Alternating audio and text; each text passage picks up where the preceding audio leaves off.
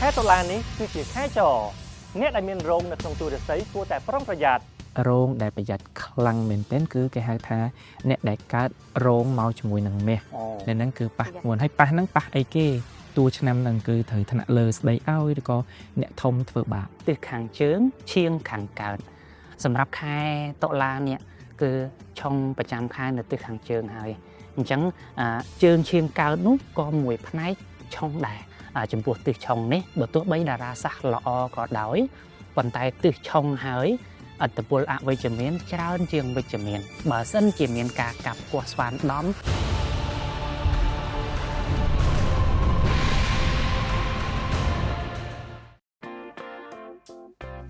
យើងខ្ញុំទាំងអស់គ្នាអនុញ្ញាតគោរពជំរាបសួរវត្តមានពុកម៉ែបងប្អូនប្រិយមិត្តទូរទស្សនិកជនជាទីគោរពនិងជាទីមេត្រីស្វាគមន៍មកកាន់សប្តាហ៍ថ្មីជាមួយនឹងកម្មវិធីហុងស៊ុយបែបវិទ្យាសាស្ត្រចាប្រិយមិត្តទាំងអស់គ្នាក៏ដូចជាស្វាគមន៍សម្រាប់ខែថ្មីខែតុលាឆ្នាំ2025នៅក្នុងកម្មវិធីរបស់យើងក៏តែងតែមានចាលោកគ្រូអ្នកគ្រូដែលជំនាញផ្នែកវិទ្យាហុងស៊ុយបែបវិទ្យាសាស្ត្រប្រាប់យើងអំពីចាទិសឆុងនិងទិសហេងចង់ដឹងថាតើខែតុលានេះនឹងមានព្រឹត្តិការណ៍អ្វីកើតឡើងខ្លះជួបជាមួយនឹងលោកគ្រូមេសានិងលោកគ្រូពីរងទាំងអស់គ្នាចាជម្រាបសួរលោកគ្រូទាំងពីរជម្រាបសួរលោកគ្រូទាំងពីរបានឃើញថាឥឡូវយើងចូលមកដល់ខែថ្មីហើយក៏មានការសំណូមពរពីបងប្អូនរបស់យើងដែលជាអ្នកគ្រប់គ្រងនៃកម្មវិធីហុងស៊ុយបែបវិទ្យាសាស្ត្របាទចង់ឲ្យលោកគ្រូទាំងពីរធ្វើការបកស្រាយតាក់ទងជាមួយនឹងទិសឆុងនិងទិសហេងប្រចាំខែតុលានេះតែម្ដងបាទសូមជឿបាទខែតុលានេះគេហៅថាខែចខែសំណក់ជាប្រភេទដីស្ងួតអញ្ចឹងគេហៅថាអ្នកដែលដំបូងខ្ញុំចង់បញ្ជាក់បន្តិចអ្នកដែលហេងនិងអ្នកដែលស៊យអ្នកដែលហេងខ្លាំងគឺអ្នកដែលត្រូវការដីស្ងួតនោះគឺអ្នកដែលឈើរឹងមាំហើយឈើរឹងមាំដែលហេងដែលចាប់យកលៀបធំនឹងបានតតែជាប្រភេទឈើធំដូចគ្នាដែរក្នុង app My Destiny គេដាក់ថាឈើយ៉ាងឈើសញ្ញាបូកបាទអញ្ចឹងអ្នកដែលមានតួខ្លួនឈើយ៉ាងគឺហេងខ្លាំងជាងអ្នកតួខ្លួនឈើយិនតែជាប្រភេទរាសីរឹងមាំតែកាលណារាសីរឹងមាំគឺត្រូវការដីស្ងួតហ្នឹងណាអញ្ចឹងដីស្ងួតគឺហេងខ្លាំង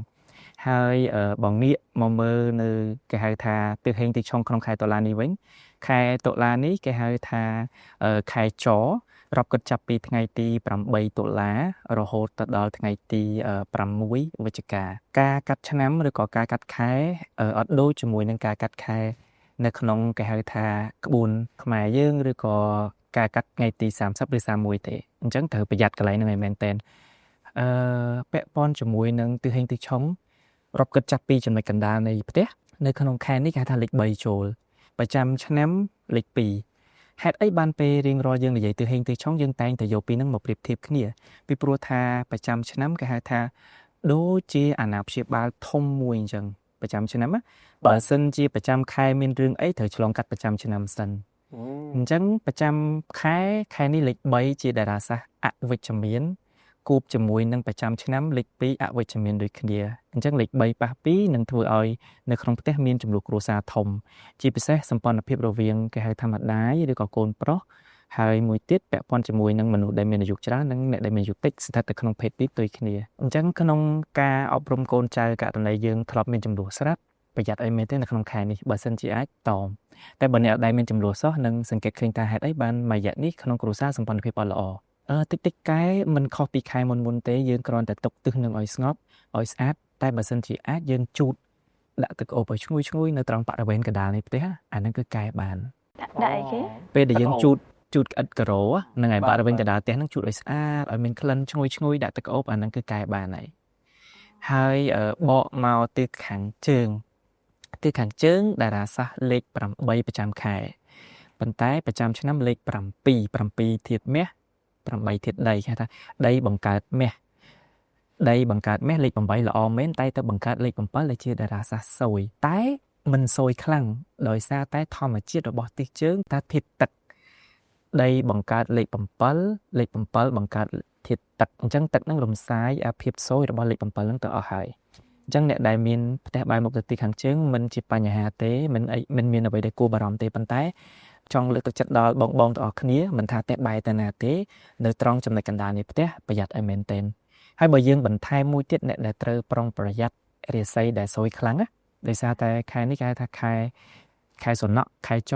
បាទខែគេហៅថាខែចអញ្ចឹងឆុងខ្លាំងចំពោះអ្នកដែលមានគេហៅថារោងក្នុងតួរាសីមិនប្រកាសថាកាត់ឆ្នាំរោងខែរោងថ្ងៃរោងឬម៉ោងរោងត្រូវប្រយ័ត្នតែ រោងដែលប្រយ័ត្នខ្លាំងមែនទែនគឺគេហៅថាអ្នកដែលកើតរោងមកជាមួយនឹងមាសគេហៅថានាគមាសឆែកនៅក្នុង App My Destiny វាថ្ងៃខែបញ្ចូលត្រង់កន្លែងប៉ាជឿគេដាក់ថាយើងកើតនៅក្នុងឆ្នាំរោងហើយខាងលើហ្នឹងគឺមកជាមួយនឹងមាសនៅហ្នឹងគឺប៉ះមុនហើយប៉ះហ្នឹងប៉ះអីគេតួឆ្នាំហ្នឹងគឺត្រូវថ្នាក់លើស្ដីឲ្យឬក៏អ្នកធំធ្វើបាបបាទ ចុះបើជាអ្នករៀនកូនសិស្សអីវិញ បើអ្នករៀនវិញគេថាមានសម្ពាធពីអ្នកដែលមានអាយុច្រើនអ្នកអាយុច្រើនគឺគ្រូ ហ្នឹងហើយ ឬក៏ពេលដែលត្រឡប់មកផ្ទះវិញប៉ាម៉ាក់គាត់ណែនាំបដាទៅគឺគាត់អត់ទទួលយកឯងគាត់គិតថាហ្នឹងគឺជាសម្ពាធ ចាសួរនេះដោយសារកូនអាចប៉ះហើយចុងក្រោយនេះគឺថាអត់សូវត្រូវខ្ញុំគ្រូគាត់អញ្ចឹងយើងជាអ្នកព្យាបាលគាត់យើងអាចជួយគាត់ជួយគាត់តាមបែបម៉េចវិញ វិធីការងាយមែនតើដោយសារតែខែនេះខែចហាក់គ្នាជាមួយនឹងទន្សាយអញ្ចឹងឲ្យគាត់ពាក់បតោងរូបទន្សាយតែមួយខែក៏បានដែរឬក៏យើងដាក់រូបទន្សាយនៅកន្លែង wallpaper នៃទូរស័ព្ទឬក៏ tablet ឲ្យគាត់ប្រើ ចាអរគុណលោកគ្រូមេសាអរគុណជាបន្តទៀតយើងស្ដាប់លោកគ្រូពីរងវិញម្ដងមានអ្វីជាកាត់សម្គាល់សម្រាប់ខែនេះ សម្រាប់ខែតុលា2025នេះលោកគ្រូមេសាបានបញ្ជាក់ឲ្យបើសិនជាអ្នកណាដែលមានរាសីឈើរឹងមាំខែនេះល្អ បាទ ប៉ុន្តែចុះចំពោះអ្នកដែលមានរាសីផ្សេងឧទាហរណ៍ហេតុដូចគ្នាអញ្ចឹងដែរសម្រាប់អ្នកដែលមានរាសីធាតុដីបូកឬក៏ដីយ៉ាងខ្សោយអញ្ចឹងខែនេះក៏ល្អសម្រាប់គាត់ដែរនិងសម្រាប់អ្នកដែលរាសីឈើដីរឹងមាំដីយ៉ាងហើយខ្សោយក៏ល្អសម្រាប់គាត់ដែរនៅក្នុងខែនេះលើសពីនឹងថែមទៀតសួរថាឆ្នាំណាអ្នកដែលកើតឆ្នាំណាខែនេះថេងមកដល់គាត់គឺអ្នកដែលឆ្នាំថោះអញ្ចឹងអ្នកដែលឆ្នាំថោះហើយរាសីគាត់ត្រូវការធាតុភ្លើងហើយត្រូវការធាតុដីទៀតមានន័យថាខែនេះដូចនាំលៀបនាំហេងមកដល់គាត់អញ្ចឹងដែរសម្រាប់អ្នកដែលមានរាសីទាំងពីរហ្នឹងទាំងថោះដែលត្រូវការធាតុភ្លើងទាំងត្រូវការធាតុដីគឺល្អសម្រាប់គាត់អ្នកដែលរាសីធាតុដីបូកខ្សោយក៏ហេងសម្រាប់គាត់ដែរសម្រាប់ខែតុលា2025នេះលើសពីនឹងថែមទៀតជំរាបជូនទៅដល់ទស្សនិកជនទាំងអស់គ្នាឲ្យបានជ្រាបថាឆ្នាំនេះគឺលេខ2នៅចំកណ្ដាលផ្ទះហើយប្រចាំខែលេខ3មកគឺមានន័យថា2នេះគឺឆុងគ្នាប្រឆាំងគ្នាពិឃាតគ្នានៅក្នុងគោលការណ៍តារាសាស្ត្រមិនគួរ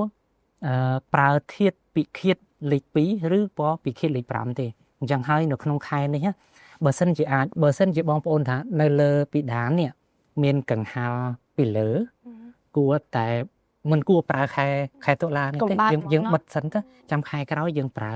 ឬក៏នាឡិកាអីអាចលើកយកទៅដាក់ទិសហេងវិញទៅល្អប្រសើរជាងទុកកណ្ដាលផ្ទះផងភ្លើងលោតអីក៏ដោយនៅកណ្ដាលផ្ទះហ្នឹងមិនគួរទេព្រោះខែនេះឈើវាទៅរុញឲ្យធាតុដីដែលជាធាតុជំងឺហ្នឹងបំផ្ទុះឡើងជាវិបត្តិពាក់ព័ន្ធនឹងជំងឺហើយសួរថាអ្នកណាដែលទទួលអត្តពលជំងឺនោះខ្លាំងជាងគេគឺមនុស្សស្រីដែលមានអាយុចាប់ពី40ជាងទៅវិបត្តិណាស់ពាក់ព័ន្ធនឹងបញ្ហាទាំងអស់ហ្នឹងអញ្ចឹងគ្រាន់តែកុំឲ្យមានសកម្មភាពអីទាំងឡាយនៅចំកណ្ដាលផ្ទះគឺជារឿងមួយដែលយើងជៀសរឿងហានិភ័យរឿងសយហ្នឹងខ្លាំងបំផុតហ្នឹងគឺយើងជៀសបានហើយចាឲ្យតែនៅកណ្ដាលផ្ទះកុំឲ្យមានសកម្មភាពទាំងទឹកកជ្រោលក៏ដោយវត្ថុអីដែលមានចលនាកណ្ដាលផ្ទះគឺអត់ហ្មងខែនេះចាត្រឹមត្រូវល្អមែនទែនគឺជៀសឲ្យបានជៀសយើងសុខចិត្តថាបើមានលើកចេញទៅកន្លែងទិសហេងវិញទៅតិចទៀតទិសហេងទិសណាទិសហេងបងប្អូនទាំងអស់គ្នាស្ដាប់ទៅនឹងដឹងហើយទិសណាទិសហេងឲ្យលើកទៅដាក់ទិសនឹងទៅវត្តទទួលអត្តពលល្អពីទិសនោះមកចាបាទអរគុណច្រើនលោកគ្រូភិរមនិងលោកគ្រូមេសាវគ្គក្រោយលោកអ្នកបានជ្រាបជាបន្តតាក់ទងជាមួយប្រធានបទរបស់យើងក្នុងសប្តាហ៍នេះនៅពេលនេះពីកម្មវិធីទាំងមូលអនុញ្ញាតសម្រាប់បន្តិចសិន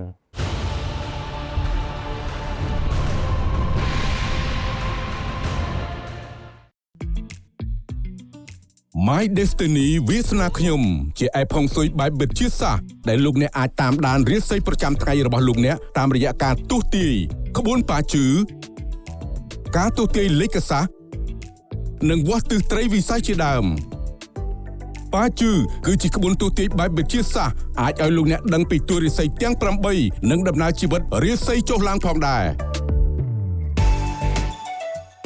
លោកអ្នកក៏អាចធ្វើការទស្សន៍ទាយលេខទូរស័ព្ទលេខផ្ទះលេខរថយន្តនិងលេខធនាគារបានផងដែរចំណែកឯត្រីវិស័យវិញប្រើសម្រាប់វាស់ទិសហេងនិងទិសឆុង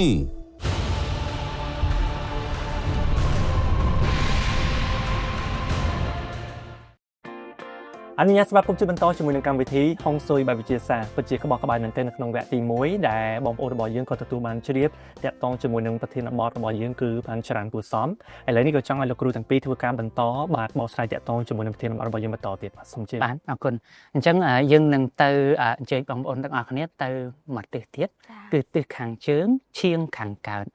សម្រាប់ខែតុលានេះគឺឆុងប្រចាំខែនៅទិសខាងជើងហើយអញ្ចឹង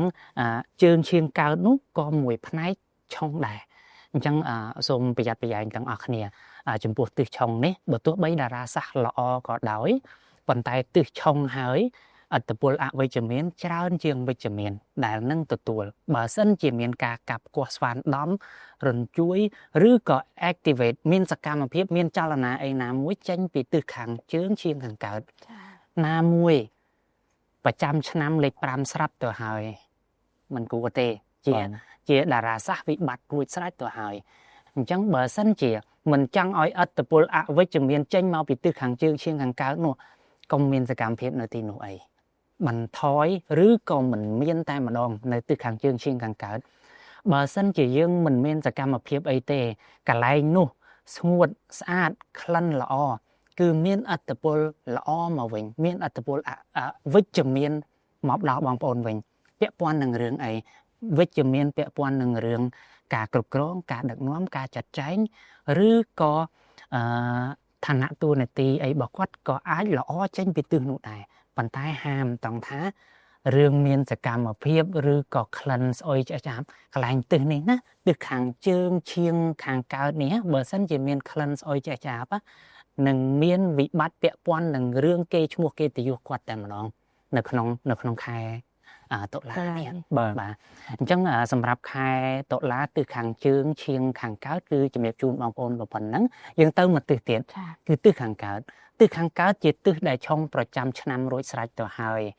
ប៉ុន្តែតារាសាស្ត្រល្អអញ្ចឹងយើងដឹងថាឆុងនោះគឺឆុងពេញមួយឆ្នាំការរង្គោះរង្គើហាមប៉ះពាល់ហាមស្វានដំហាមញ័រហាមរំជួយចេញពីទិសខាងកើតពីព្រោះបើសិនជាប៉ះមែនទិសខាងកើតណាប៉ះអីខ្លាំងជាងគេឈ្មោះប៉ះអីខ្លាំងជាងគេមួយទៀតរឿងសតិបញ្ញារបស់គាត់មួយទៀត error 2ហ្នឹងបាទអញ្ចឹងហើយមិនគួរផ្លាត់ស្នៀតទេមិនគួរមិនយកចិត្តទុកដាក់ទេទិសនោះគួរតែយកចិត្តទុកដាក់ឲ្យបានល្អឆុងប្រចាំឆ្នាំគាត់ថាតារាសាស្ត្រនោះល្អអញ្ចឹងថែទិសនោះឲ្យបានទិសខាងកើតនឹងបានគឺមានន័យថាអ្នកនោះឬក៏បុគ្គលទាំងអស់នោះគាត់នឹងទទួលបានអត្តពលវិជ្ជមានវិញវិជ្ជមានពាក់ព័ន្ធនឹងរឿងគេឈ្មោះគាត់វិញ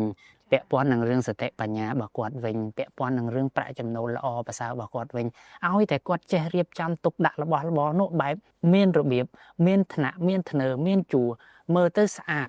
clear and clean នៅទិសខាងកើតនោះអត្តពលវិជ្ជមាននឹងមានសម្រាប់បុគ្គលទាំងអស់នោះដែលស្ថិតនៅទីតាំងនោះហើយបញ្ជាក់ជូនបងប្អូនទាំងអស់គ្នាត្រង់កន្លែងថាទិសខាងកើតនោះខាងកើតតែក្នុងផ្ទះយើងទេឬយ៉ាងណាមិនថានៅទីណាទេឲ្យតែជើងរបស់បងប្អូនជន់ដីហើយក៏លេខមើលខ្លួនឯងនៅទិសខាងកើតតើមានការញ័ររញ្ជួយស្វានដំពីទិសខាងកើតទេបើមានគឺប៉ះទាំងអស់នោះសួរថាអ្នកណាប៉ះខ្លះគ្រប់គ្នាប៉ះទាំងអស់មិនថាក្មេងមិនថាចាស់មិនថាព្រះសង្ឃមិនថាអ្នកដែលតាំងសមាធិបែបណាទេអត្តពលអវិជ្ជមានកើតចេញពីធម្មជាតិនេះនឹងមានសម្រាប់បុគ្គលដែលនៅខាងលិចហើយការញ័ររញ្ជួយចេញមកពីទិសខាងកើតចា៎អញ្ចឹងសូមប្រយ័ត្នទាំងអស់គ្នាសូម្បីតែគ្រូហុងស៊ុយក៏ត្រូវតែជៀសដូចគ្នាអញ្ចឹងដែរចាអញ្ចឹងអរគុណគ្រូភិរមអញ្ចឹងចង់ដឹងបន្តទៀតថាតើមានទិសណាអីផ្សេងទៀតដែលទស្សនិកជនប្រិយមិត្តយើងគួរស្វែងយល់សម្រាប់ខែតុលានេះបាទបន្តចូលទៅដល់ទិសខាងត្បូងឈៀងខាងកើតតារាសាស្ត្រលេខ2ចូលមកទិសហ្នឹងបើយើងរាប់គិតទៅចូលក្នុងអង្សាទិសបែកបាក់គឺគេហៅថាទិសដែលឆុងខ្លាំងជាងទិសអសូរកាយទៀតបើយើងនិយាយអំពីកម្លាំងនៃទិសឆុងទិសបែកបាក់លំដាប់ទី1អញ្ចឹងពេលដែលបែកបាក់បែបហ្នឹងមានន័យថាមិនអាចនឹងម្ដាយមានបញ្ហាសុខភាពហើយត្រូវចំណាយលុយច្រើនឬក៏អ្នកដែលមានអាយុច្រើននៅក្នុងផ្ទះដែលជាមនុស្សស្រីចំណាយលុយច្រើនពាក់ព័ន្ធជាមួយនឹងគេហៅថាការទៅឆែកសុខភាពឬក៏គាត់មានបញ្ហាកន្លែងណាមួយហើយអ្នកដែលមានអត្តពលខ្លាំងជាងគេគឺអ្នកដែលមានផ្ទះបែរទៅទិសគេហៅថាត្បូងឈៀងកើតឬក៏អ្នកដែលបែរទិសជើងឈៀងលិចមានន័យថាមុខផ្ទះពីរហ្នឹង ពីព្រោះពេលតែផ្ទះយើងបែរតែទិសជើងឈៀងលិចស្មើនឹងកន្ទុយផ្ទះរបស់យើងនៅទិសខាងជើងនៅទិសខាងត្បូងឈៀងខាងកើតទេ ចាចា បាទហ្នឹងគឺប៉ះដូចគ្នាដែរហើយបុគ្គលដែលអាចឈឺនៅក្នុងខែនេះគឺអ្នកដែលមានរោងនៅក្នុងតួរាសីអាចនឹងម្ដាយកើតក្នុងឆ្នាំរោងឬក៏គាត់កើតខែរោងថ្ងៃរោងឬក៏មនុស្សស្រីដែលកើតចន្លោះពីម៉ោង7ព្រឹករហូតដល់ម៉ោង8:59 នាទីព្រឹកនឹងគឺគាត់មានឥទ្ធិពលខ្លាំងអញ្ចឹងតិចនិចនៅក្នុងការកែគឺយើងយកពណ៌គេហៅថាទឹកប៊ិចតែมันតម្រូវឲ្យមានចលនាទេគឺយើងអាចយកជាកម្រាលជើងពណ៌ទឹកប៊ិចក៏បានរូបភាពពណ៌ទឹកប៊ិចក៏បានតែក៏មិនតម្រូវឲ្យយករូបភាពហ្នឹងទៅស្វានដំដែរពីព្រោះថាការស្វានដំវាពាក់ព័ន្ធមួយទិសឆុងយើងអាចយកទៅដាក់នៅកន្លែងហ្នឹងហើយគឺកែបានហើយការកែបែបនេះល្អបានហេងត្រួតដោយសារតែទិសហ្នឹងគេថាទិសធាតុឈើត្រូវការពណ៌ទឹកប៊ិចធាតុទឹកដើម្បីឈើលូតលាស់ធាតុសោតធាតុទឹកគឺជួយរំសាយតារាសាស្ត្រលេខ2ទៀតដីបាទដីធ្វើយើងសោយពេលយើងដាក់ទឹកទៅធ្វើឲ្យដីហ្នឹងគេហៅថាលេងមានកម្លាំងហើយដីហ្នឹងជ្រាយលេងប៉ះពាល់យើងហើយទី3ប្រចាំឆ្នាំលេខ1ចរន្តលុយធាតុទឹកទៀតដល់ពេលយើងដាក់របស់ពណ៌ទឹកប៊ិចចូលទៅវាធ្វើឲ្យអាធាតុទឹកហ្នឹងល្អទៀតអញ្ចឹងដាក់កម្រាលពណ៌ទឹកប៊ិចមួយជួយបាន3គេថា3រឿងបាទអញ្ចឹងបើសិនជាយើងមានមុខផ្ទះបាយទៅទីហ្នឹងសូមប្រយ័ត្នបន្តិចឬក៏នៅមុខផ្ទះយើងដាក់នៅកម្រាលជូតជើងពណ៌ទឹកប៊ិចផ្នែកខាងក្រៅអរគុណច្រើនលោកគ្រូមេសាយើងក៏នៅសល់ទិសជាច្រើនទៀតដែលត្រូវបកស្រាយជាមួយនឹងប្រធានបទរបស់យើងនៅក្នុងសប្តាហ៍នេះនៅពេលនេះពីកម្មវិធីទាំងមូលសូមអនុញ្ញាតសម្រាប់បន្តិចសិន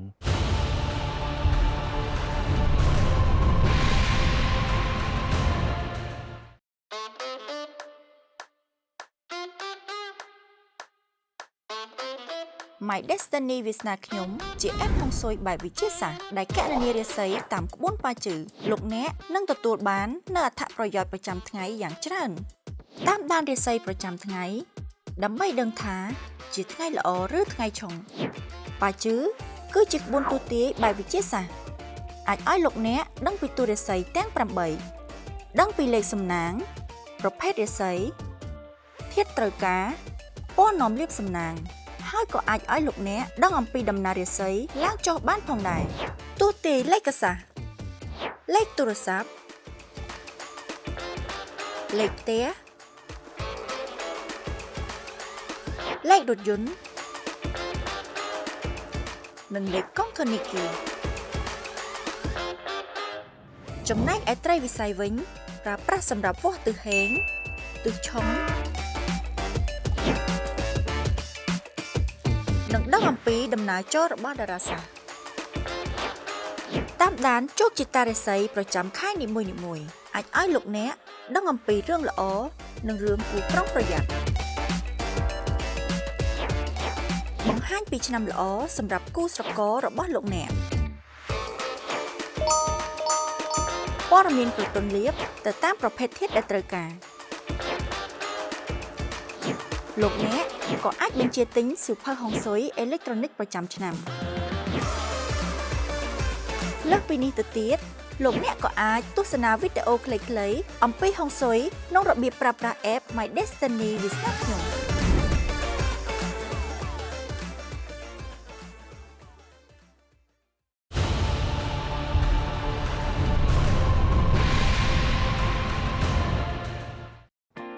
ចាទទួលសកម្មជនស្វាគមន៍ជាបន្តមកកាន់កម្មវិធីហុងស៊ុយបែបវិទ្យាសាស្ត្រក៏ដូចជាស្វែងយល់អំពីទិសហេងនិងទិសឆុងខែតុលាឆ្នាំ2025ជាបន្តទៀតចាសូមអញ្ជើញលោកគ្រូមេសាបន្តសូមអញ្ជើញបាទចូលទៅទិសមួយទៀតគេហៅថាទិសខាងត្បូងនៅក្នុងខែនេះมันមានឆុងអ្វីទេគ្រាន់តែតារាសាស្ត្រអវិជ្ជមានចូលមកគឺលេខ7លេខ7គឺពេលដែលចូលមកគេថាលេខកំបិតចៃដន្យអីប្រចាំឆ្នាំលេខ6ធាតុមាសដែរគេថាដែកពីរប៉ះគ្នាធ្វើឲ្យដែកហ្នឹងគេថាបន្ទុះសារាយគ្នាអញ្ចឹងអាចនឹងមានហានិភ័យពាក់ព័ន្ធជាមួយនឹងរបស់មុតស្រួចអញ្ចឹងអ្នកដែលមានផ្ទះបាយទៅទិសខាងត្បូងឬក៏ផ្ទះបាយទៅណាមិនសំខាន់ទេសំខាន់ទិសខាងត្បូងនៃផ្ទះយើងគេស្វានដំគេជួសជុលយើងនឹងមានរបួសស្នាមកើតឡើងបាទបើសិនជាយើងចេញដំណើរទៅផ្លូវឆ្ងាយបើសិនជាមានការស្វានដំជួសជុលនៅទិសនឹងហើយគួរតែលាងទឹកអំបិលសិនយកជើងយើងត្រាំជើងជាមួយនឹងទឹកអំបិលសិនរយៈពេល40នាទីទៅ1ម៉ោងដើម្បីធ្វើឲ្យប្រកាសថាការដែលយើងចេញដំណើរទៅផ្លូវឆ្ងាយមិនមានហានិភ័យពីព្រោះថាទិសនឹងគឺមានហានិភ័យខ្លាំង ហើយទិសហ្នឹងអត់ល្អជាមួយនឹងអ្នកដែលធ្វើការមន្ត្រីរាជការបើសិនជាបងដែលជាមន្ត្រីរាជការអង្គុយបែរទៅទិសហ្នឹងឬក៏អង្គុយនៅគេហៅថា zone ខាងជើងបែរមុខទៅទិសត្បូងឬក៏អង្គុយ zone ខាងត្បូងបែរមុខទៅទិសណាមិនសំខាន់ក៏អីយើងនៅទិសខាងត្បូងនឹង zone ហ្នឹងអាហ្នឹងក៏ប៉ះពាល់ដែរបាទអញ្ចឹងពាក់ព័ន្ធជាមួយនឹងកន្លែងហ្នឹងគួរតែប្រុងប្រយ័ត្នហើយទី2បើយើងបកទៅដល់ទិសខាងត្បូងជាងខាងលិចត្បូងជាងលិចនៅតែជាទិសល្អគេថានៅតែរក្សាតំណែងទិសល្អទាំងឆ្នាំទាំងខែប្រហែលខែមុននេះឃើញថាទិសហ្នឹងគឺហេងខ្លាំងហើយហេងលិចនេះហេងសម្រាប់បងដែលជា influencer ជាប្រភេទតារាករណីគាត់ចង់បានខ្លាយទៅជា BA ថ្មីឬក៏បាន project ថ្មីបើសិនជាអាចអង្គុយបន្ទប់គេងផគាត់ក៏បានឬក៏បន្ទប់ធ្វើការផគាត់ក៏បានដែរឲ្យគាត់អង្គុយនៅជ្រុងហ្នឹងឆ្នាំណាក៏ដោយ ករណីបាទបងឈៀងលិចឲ្យគាត់អង្គុយនៅត្បូងទិសហ្នឹង ចាឧបមាថាទៅពិភាក្សាជាមួយភៀវនិយាយរឿង BA គួរតែ បងឈៀងលិច រើសយកទិសហ្នឹងមែនទេ បាទបែរទៅ គាត់ថាយើងចូលហាងកាហ្វេបើយើងរើសឲ្យល្អត្រួតយកហាងកាហ្វេណាតែបែរមកទៅទិសហ្នឹងអញ្ចឹងហាងកាហ្វេជាទូទៅពេលយើងចូលទៅយើងមិនបើកទ្វារស្មើហ្នឹងទិសហ្នឹងធ្វើចលនារហូតអញ្ចឹងហាងកាហ្វេហ្នឹងគឺហេងខ្លាំងឬក៏បងដែលម្ចាស់ហាងកាហ្វេដែលមានទ្វារនៅទិសហ្នឹងគាត់សម្គាល់ឃើញថាខែនេះគឺលក់ដាច់ច្រើនខុសប្រក្រតីអញ្ចឹងពេលដែលយើងចូលទៅហាងកាហ្វេនិយាយរឿង BA និយាយរឿងការងារសិល្បៈរបស់យើងយកហាងកាហ្វេណាដែលបែរមកទៅទិសហ្នឹងហើយទៅអង្គុយគេថាចូលទៅអស់យ៉ាងនេះកណ្ដាលនៃហាងកាហ្វេសេរីរមើលកៅអីណានៅទិស នឹងទិសហ្នឹងយើងទៅអង្គុយហ្នឹងទៅ ឬក៏បើសិនជាអត់មានហាងកាហ្វេបែរទៅទិសហ្នឹងយើងហាងកាហ្វេបែរទៅទិសណាក៏បាន ទិសណាក៏បានដែរសម្រាប់កន្លែងយើងអង្គុយ បាទត្រឹមត្រូវអញ្ចឹងទិសហ្នឹងគឺហេងខ្លាំងគេហៅថាលេខ9ចូលមកល្អរឿងមុខមាត់កិត្តិយសហើយចៃដន្យលេខ9បើកាលពីយុគ8លេខ9គ្រាន់តែល្អរឿងមុខមាត់កិត្តិយសទេតែពេលដែលចូលដល់យុគ9យុគនេះយុគ9លេខ9នេះតំណាងឲ្យលុយវិញគេថាអធិរាជអញ្ចឹងហេងខ្លាំងចាហេលេខផ្សេងហេងមិនស្មើលេខ9 តែដល់ពេលលេខ9មកជាមួយលេខ8ទៀតគេហៅលេខខ្ពស់អញ្ចឹងធ្វើឲ្យផ្ទុះលឿនបាទបងដែលមាន app My Destiny ឬក៏បើដឹងថាខ្លួនឯងត្រូវការធាតុដីឬក៏ធាតុភ្លើងឬក៏ធាតុទឹក3ធាតុហ្នឹងគួរតែចុះឈ្មោះប្រើប្រាស់ app ឲ្យហើយពីព្រោះថាខែនេះគឺ app មានកន្ទុនលាភច្រើនណាស់ចាហើយបើសិនជា app ឲ្យទៅធ្វើទិសហ្នឹងទៀតបើសិនជាអាចដាក់ច្បាប់ទៅធ្វើកន្ទុនលាភនឹងសិនពីព្រោះហេងខ្លាំងណាស់គេថាហេង3ខែមុនពេលដែលយើងចូលឆ្នាំថ្មីចាអរគុណលោកគ្រូមេសាពិតជាមានប្រយោជន៍មែនតើសម្រាប់ប្រសាសន៍ហើយនឹងការជំរាបជូនប្រិមិត្តជាមុនសង្ឃឹមថាប្រិមិត្តនឹងចាំអ្វីដែរលោកគ្រូមេសាហើយយើងប្រហែលជារកពេលអនុវត្តទាំងអស់គ្នាដើម្បីបានវិធមចាអរគុណលោកគ្រូពីរំមានអ្វីបន្ថែមទៀតចាសូមអញ្ជើញបាទទិសនេះទិសហេងដោយជំរាបជូនតាំងពីដើមទីហើយលោកគ្រូមេសាក៏បញ្ជាក់តែរបស់ដែលមានសកម្មភាពយកទៅដាក់នៅទិសនោះចោះនឹងមានអត្ថប្រយោជន៍ល្អសម្រាប់បុគ្គលដែលស្ថិតនៅក្នុងទីតាំងនោះហើយបើលោកគ្រូមេសាគាត់បានបញ្ជាក់អីថាការចរចាបើសិនជាហាងកាហ្វេទៅទិសនោះហើយបើអង្គុយនៅ zone នោះទៀតហើយបើបែរមុខទៅទិសហ្នឹងទៀតមានន័យថាលក្ខណៈល្អហ្នឹងរហូតដល់3តង់ឯណោះអញ្ចឹងចំពោះការចរចាការជជែកដូច BA បងបញ្ជាក់មិញជាមួយលោកមេសាហ្នឹងល្អខ្លាំងអញ្ចឹងកុំភ្លេចរើសយកថ្ងៃដែលល្អនៅក្នុងខែដែលល្អចរចាចោះនៅទិសនោះគឺទទួលអត្តពលជាមានហើយនិយាយមែនរាប់ទៅបានជា5ម៉ោងទៀតខ្ញុំត្រូវជួបគេនិយាយរឿង BA តែមិន BA ខ្លួនឯងទេ BA អកូនស្រីតែខ្ញុំទៅរកទិសហ្នឹងខ្ញុំអ្នកអង្គុយឬកូនខ្ញុំអ្នកអង្គុយឬសួរច្បាស់ជាការល្អយើងទៅដល់មុនពេលវេលាកំណត់ទៅហើយយើងបានរើសកន្លែងដែលអង្គុយមុនបានហើយអញ្ចឹងនេះជាចំណុចជា case study ភ្លាមចាំមើលបានផលយ៉ាងម៉េចចាំខ្ញុំប្រាប់វិញបាទប៉ុន្តែអញ្ចឹងយើងនឹងទៅទិសមួយទិសទៀតគឺទិសខាងលិចទិសខាងលិចសម្រាប់តារាសាប្រចាំឆ្នាំល្អទេប៉ុន្តែប្រចាំខែនាំវិបត្តិទៅវិញក៏ពិតល្អរឿងជីវិតគូក៏ល្អហើយពាក់ព័ន្ធនឹងរឿងការសហការពង្រីកbusiness នោះក៏ល្អដែរសម្រាប់នៅទិសខាងលិចនេះប៉ុន្តែចៃដន្យលេខ5ចូលមកហាក់បីដូចជានាំរឿងបំផ្ទុះនាំរឿងអវិជ្ជមានបើសិនជាពាក់ព័ន្ធនឹងរឿងជីវិតគូអ្នកដែលធ្លាប់លាក់លៀមអីយ៉ាងណាបើសិនជាមានករណីរង្គោះរង្គើនៅទិសខាងលិចណាលបើករឿងនឹងខ្ចាយឲ្យគេដឹងប្រយ័ត្នប្រយែងទិសខាងហ្នឹងមែនតើទិសខាងលិចបានទី1មួយទៀតពាក់ព័ន្ធនឹងរឿង ការរីកដុះដាលឬក៏ការមុននឹងពង្រីកអាជីវកម្មស្រាប់តែនៅទិសខាងលិចហ្នឹងទៅមានការរង្គោះរង្គើនោះការពង្រីកការទំនាក់ទំនងរបស់បងប្អូនប្រកាសជា error ហើយណាអញ្ចឹងយើងថែទិសនៅខែតុលា2025នេះទិសខាងលិចកុំទៅររឿងទិសនោះណាបើររឿងអីដែលបងប្អូនចង់ពង្រីកស្អីដែលជាទំនាក់ទំនងល្អនឹងកើតរឿងល្អកកនៅក្នុងបញ្ហាទំនាក់ទំនងនោះហើយអញ្ចឹងយើងជៀសបន្តិចទៅទិសខាងលិចណា តកូលពាក្យថាររឿងទិសហ្នឹងបានន័យថាយើងទៅធ្វើអីខ្លះហើយថាររឿងទិសហ្នឹង ការររឿងហ្នឹងសុកស្រាប់តែយើងទៅនឹកឃើញទៅស្វានទៅដំទៅជួសជុលទិសខាងលិចនោះអត្តពលនោះនឹងមកដល់ហើយមិនថានៅក្នុងផ្ទះទេតាណាក៏ដោយឲ្យតែជើងយើងជន់ដីយើងររឿងទិសខាងលិចនោះទៅ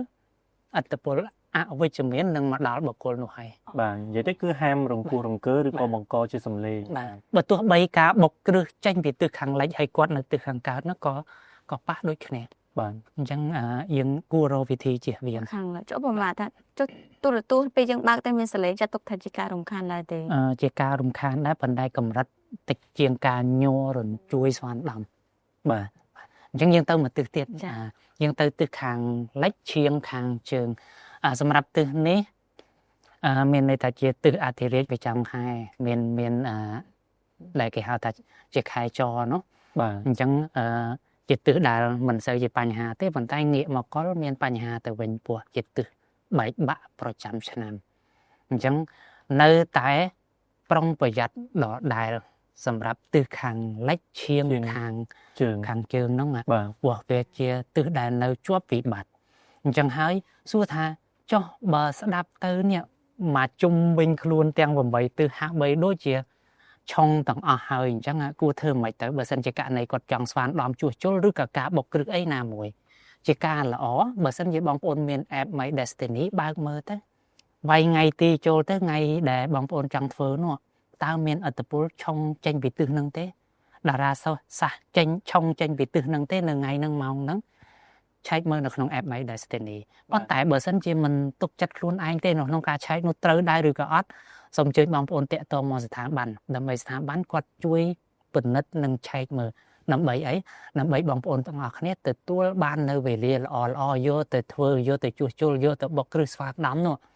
នឹងបានរឿងល្អរឿងហេងចូលមកដល់គាត់ដើម្បីធ្វើឲ្យគាត់ទុករីកចម្រើនបាន បាទ កុំថាឡើយថាខ្លួនឯងរាសីល្អ